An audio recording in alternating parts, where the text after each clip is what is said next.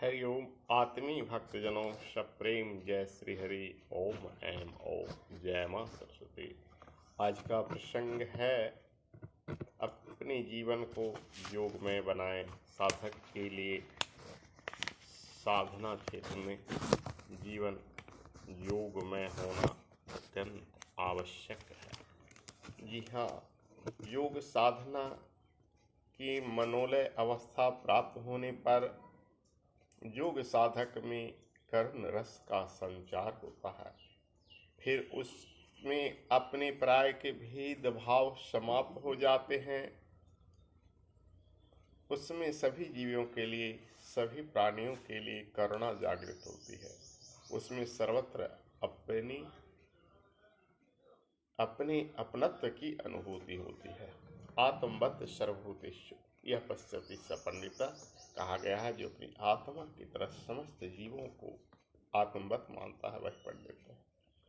इस अवस्था में भगवान श्री कृष्ण योग साधना का अगला सूत्र अर्जुन को समझाते हुए श्रीमद् भगवत गीता के 6ठे अध्याय के 16वें श्लोक में कहते हैं, नात्यश्नस्तु योगो अस्ति न चैकान्तम् अश्नतः न जाति स्वप्नशीलस्य जाग्रतो नैव चार्जुन।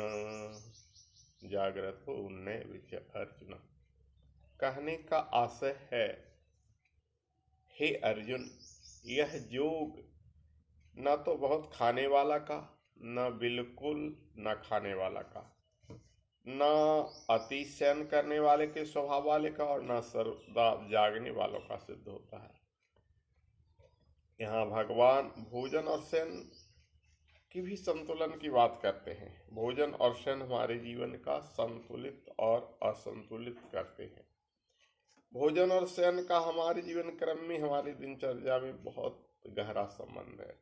हमारी दिनचर्या और हमारी रात्रिचर्या में यह बताती है कि हमारी योगचर्या होगी कि नहीं, हम योगाभ्यास कर पाएंगे कि नहीं। इस तरह समस्त योग का विवेचन करते हुए भगवान श्री कृष्ण कहते हैं कि अति चाहे निद्रा का हो या जागरण का हो, चाहे भोजन का हो, भूखे रहने में समस्त योग में बाधा है। यानी अगर आप पूर्ण उपवास करेंगे तो भी साधना में आपका मन न लगेगा। यदि आप भरपेट भोजन कर लेंगे तो भी साधना में मन न लगेगा। यदि आप अनिद्रा में रहेंगे तो जप करते हुए, साधना करते झुकेंगे। यदि आप ज्यादा सोएंगे तो पूजा पाठ करने में आलस तंद्रा बनी रहेगी। इसलिए अति सर्वत्र वर्ज्यते, अति सब में वर्जित है। न ज़्यादा खाना चाहिए, न बिल्कुल उपवास रहना चाहिए, न ज़्यादा सोना चाहिए, न ही ज़्यादा जागना चाहिए। इसलिए निद्रा, भोजन, जागरण संतुलित मात्रा में हो।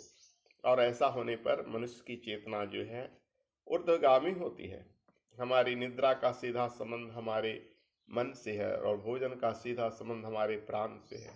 यह बात बड़ी महत्वपूर्ण है। जब मन परेशान होता है, असहज होता है तो नींद नहीं आती। जब टेंशन रहता है तो नींद नहीं आती है। जब हमारा प्राण असंतुलित होता है तो व्यक्ति को न भूख लगती है और न ठीक से नींद आती है, और इस अवस्था में वह रोगी हो जाता है। लेकिन यदि निद्रा संतुलित हो जाए तो वह योग निद्रा बन जाती है। योगी वह है जिसकी निद्रा योग निद्रा हो जाए और वो सुषुप्ति में भी तुरीय अवस्था में प्रवेश कर जाए। भगवान योग साधना के इस सूत्र में बताते हुए कहते हैं कि भोजन और शयन को संतुलित कीजिए, स्वस्थ शरीर और स्वस्थ मन का निर्माण कीजिए। जिनके पास स्वस्थ शरीर है, स्वस्थ मन है, वही सच्ची साधना में तत्पर है। और कहा भी गया है, स्वस्थ शरीर ही सच्चा धन है।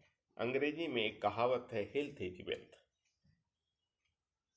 इसलिए स्वस्थ शरीर और स्वस्थ मन होना अति आवश्यक है, क्योंकि जिसके पास स्वस्थ शरीर और स्वच्छ मन है, स्वच्छ मन, पवित्र मन, जिसके विषय में मैं पहले भी बता चुका हूँ, भगवान कहते हैं निर्मल मन जन सो मुहि पावा, मुहि कपट छल छिद्र न भावा।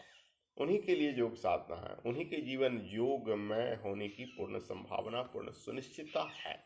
इसलिए साधक ध्यान करें और क्रमशः देखते जाएं। हम योग साधना पर प्रत्येक एपिसोड में आपको बताते रहेंगे। हरि ओम तत्सत।